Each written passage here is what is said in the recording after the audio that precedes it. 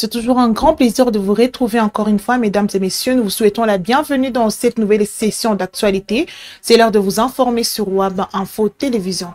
Pour ouvrir cette édition du journal, à l'occasion de la célébration du 80e anniversaire de la création des Nations Unies, le gouverneur militaire de l'Ituri, le lieutenant-général Luboya Nkashama, a rendu hommage à l'action de l'ONU pour la promotion de la paix à travers le monde entier. Suivez cet élément. Gouvernement, Nations Unies, différents partenaires et citoyens, que nous pourrons transformer l'Ituri en une terre de paix durable, de développement équitable et de coexistence harmonieuse. Mesdames et messieurs, alors que nous célébrons les 80 ans des Nations Unies, tournons nos regards vers l'avenir avec détermination. L'histoire nous enseigne que la paix est fragile, mais aussi qu'elle est possible lorsque les peuples choisissent le dialogue, le pardon, la justice et la solidarité.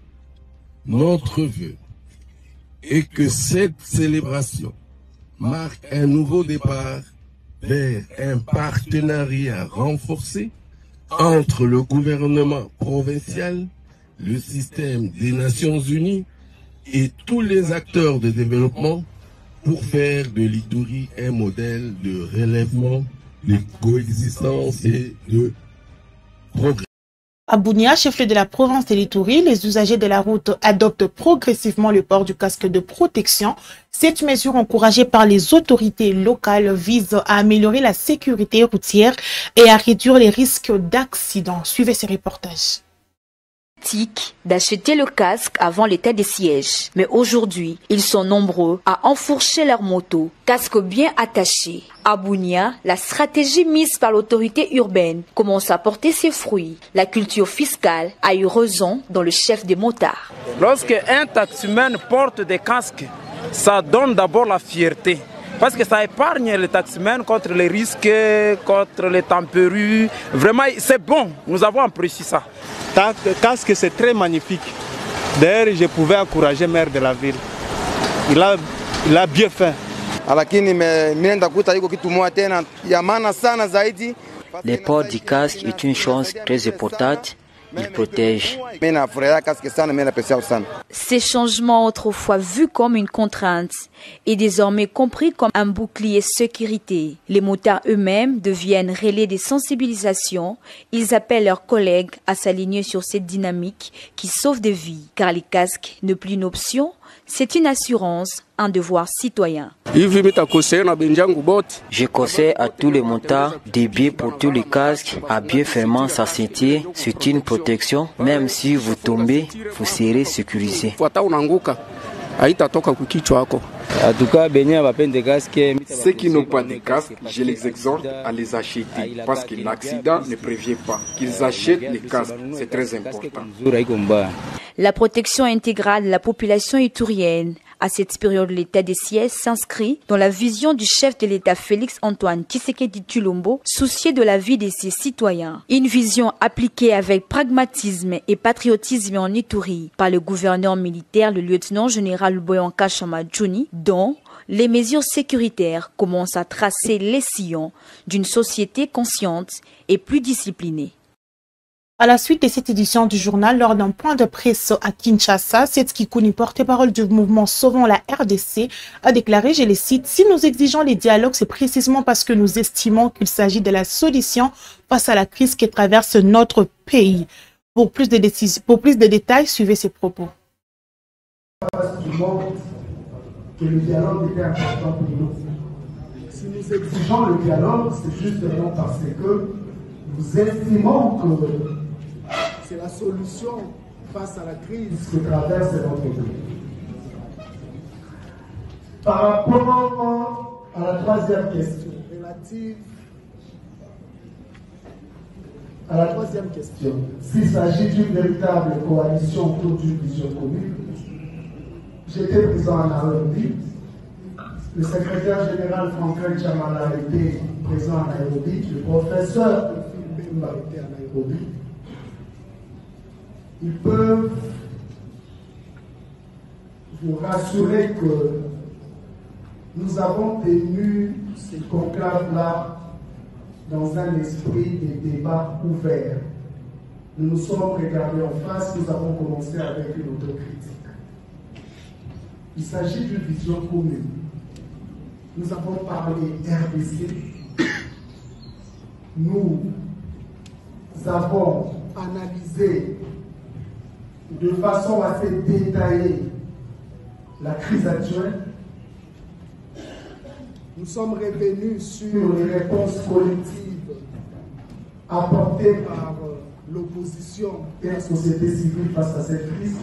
Et nous avons proposé des voies innovantes pour mettre fin à cette crise. Donc il a été question d'aboutir à une convergence d'idées, de visions. Il ne s'agit pas simplement d'un front contre Tshisekedi. La vision aussi est commune. La vision est commune. Depuis Lubumbashi, l'actrice politique Bijou Goya a lancé un appel en faveur d'un dialogue national inclusif. Elle a dit, je le cite, « Disons à Félix Tshisekedi qu'un dialogue inclusif est nécessaire. Joseph Kabila et Moïse Katumbi doivent revenir dans leur pays. Tous les Congolais en exil doivent retourner chez eux. » Fin des citations. Plus de détails, c'est dans ses propos.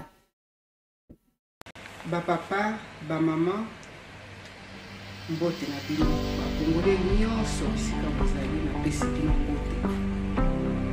Je crois que Bao Baebinga été Naza Mama Bijou Goya, sénatrice honoraire de la République démocratique du Congo. Naye Kosala, moi vidéo yo, pour nakoye bisabino ki mboka ezotambola malamu te. Ba misusu bakokanisa que eza makambo opposition, eza makambo opposition te, eza makambo prise de conscience. Mboka ezali kotambola malamu te. Ce qui vous vend dans kati ya mboka oyo pour comprendre que il faut tout fungola miso, to y a vraiment au secours la mère patrie na biso République démocratique du Congo. Bande konangai ba Congolais nyonso bitumba eza na est ezoboma, mais biso awa place régime ya monsieur Tshisekedi azokamba batu bazokufa chaque jour. Batu bazo kufa soki okei na ba cimetière otelemi ndenge batu bazo kunda mabandeko tozo kufa bitumeza na kati bitumba pe eza libanda soki totelemi te bato oyo bakomona video oyo ndenge bakoloba oyo bakoganga oyo bakofinga bandeko bino boza libanda bokota na kati eza makambo ya fanatisme te eza makambo nde ya patriotisme. Moi en tant que maman na sali par na ngai bundaki libanda na décider na ya na kati bandeko soki na tamboli na caméra chaque jour na ba cimetière na telemi bana mike ba mama ba mikolo oyo tozokende kokunda biso oyo na bandako na biso chaque matin soki botali pa mama batu oyo bazobenga biso tokunda okolamuka na tongo boye mutu abengi yo tindela 500 francs. Mutu abengi aliaki te osombela ekisi na yebi c'est la même chose bino pe bozali banda ndenge bozo tinda ba mbongo na ba famille na bino. Naza na Lubumbashi bandeko mboka ekomi kilo na tamboli ozomona ba traque ya ba minéraux ezokende mais population eza pauvre. Population eza dépouillée donc eza pauvre. Tozangi eloko ya kolia tozofutama te tokende kote le dollar etelemi. Explication exacte. Tokende kotoyo batoyo ya DRH4 ba telemi na balabala bozo futa batute. Bo telemi si DRH4 na balabala ba contrôler mituka pona ba contrôle technique yango ezalaka te. Ba tambola te ba telemi si bo futi batute sikoyo batwana ya DRH4 ba ko futa bango nini. Mbongo ezate bozolinga disco triande population na DRH4 wana po bafuta mbongo bakozwa mbongo wapi bolobi makambo dollar yango tozoyeba prix te soki eza 18 soki eza 19 soki eza 20 mutu na tona ye banque eza na tona ngo bakambiste baza na tona ngo donc eloko moko ezate bandeko sikoyo tala ndenge peuple ezokufa otamboli na babalabala boye bana mike oyo bautaki na Kivu bazoki mamukunda bitumba oyo bautaki na Mbujimai bautaki na Bakasai wana donc moyen te bandeko totelema tovanda biso nyonso tomona ndenge ya kobongisa mboka. Mboka eza ya Chilombo te, mboka eza ya famille ya Chilombo te, mboka eza ya bakamarade ya Chilombo te, ndenge bakambi yango boye. Bakambi basala bayiba mabe, badetourne maibe, muto aloba bakangi ye, soki ovandi okokufa. Olobi okokufa, olobi te okokufa. Donc mieux vaut koloba parce que moni ndenge to sala lisusu te. Muto akobanga Chilombo azate, soki alobi aboma ngai, ngape na kokufa. Okufa ovanda okufa na nzala, ndenge bato bazokufa. Donc personne n'est éternel. Ngana lobi na sali par ngai. Soki akokanga ngai, na teleme ya kokanga ngai. Soki akoboma ngai, aboma ngai, me ba misusu babika. Mais soki tovandi biso nyonso tokokufa. Alors mieux vaut toloba biso tokufa mboka ba misusu bakamba. Parce que tomoni eloko ya kosaliza te. Bambandeko na ngai ya basi botelema. Biso nde tobotaka. Toyebi pasi ya kobota 9 mois ovandi na mwana na libumu. Ezala mobali, ezala mwasi, biso nde tobotaka. Na ndenge bato bazokufa boye, biso nde tozomona pasi. Yango wana na sali par na ngai, biso nyonso tokende bitumba. Bitumba ya nini? Toyebisa Chilombo, dialogue ezala. Kabila azonga, Moïse azonga. Bato wana baza libanda bazonga bango nyonso, baza ba Congolais. Baza ba Congolais makambo sikoyo ya koloba oyo azate mama nde abotaka. Ayebi nationalité ya mutu, ayebi papa ya mutu. Donc mutu moko exclusivité voulais-je dire, ya kopesa mutu nationalité ou bien za la Congolais ou bien za la Congolais ezate. Sikoyo eza makambo nyonso oyo ata libanais soki alobi ami moni ki aza Congolais akoya ko contribuer na développement ya Congo. Aya biso nyonso tovanda tomona ndenge ya kobongisa mboka na biso. Bandeko boya tosimba na maboko poto komisa mboka na biso place tolingi. Biso tokoleka mais bana na biso tokotikela bango nini. Chilombo asio azwi ba million na ye. Azwa muta oboto la ba million na ye te. Biso tozoloba pona mboka na biso. Totia mboka na biso na kimia, totia mboka na biso na développement. O tozolela développement chaque jour. Oya komona vidéo oyo. Oya kozwa ngona ndenge na ye. Je m'en fous. Mais en tant que patriote, en tant que mère, yangona na telemi poto bongisa mboka na biso biso nyoso. Mutako bongisa mboka moko na ekiri ya batu na ye azate. Biso nyoso tolingi mboka na biso ebonga. Biso nyoso tokende na maponami. Bavanda na pouvoir na ye me batu nyoso bavanda totia makanisi nyoso ensemble. Na kati ya dialogue ndenge ba papa sango balobaki pona kimia ezala. Je crois que makambo bafana kwiti wana etali bango.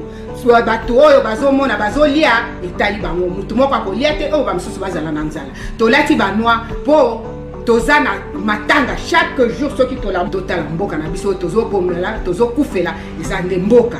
Merci beaucoup ba oyo bakomona vidéo tosi totie pétition en ligne tozotala nzambe apesa biso makasi tokosangisa mbongo ba mama groupe ba mama tokobanda kotambola mboka mobimba tokotambola monde mobimba ezala États-Unis ezala na Union européenne ezala na Union africaine tozosala tozobongisa biso nyonso tokotambola toke koboma mutu te tozokende na revendication ya bana Congo tolakisa ndenge Congo ezali ba photo ezali ba video ezali tokobanda kolakisa place nyonso po bona ke toza sérieux tozosenga dialogue wana ezala.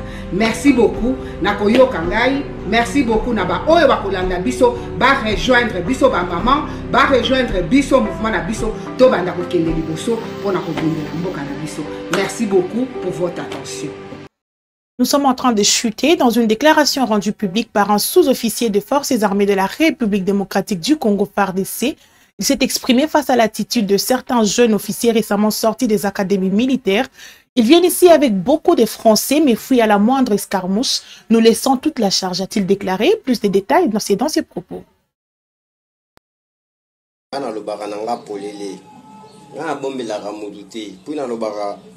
Oya olinga akanga po vérité pas mal mais nga bakanga vérité ngai selonga makambo ona mona sirtere kutu na China banani ya ba école militaire wana zana onda China ti so nga ndena zaki président ya république usate eza préoccupation na situation ona opesa ba école wana ba efu ba CBM.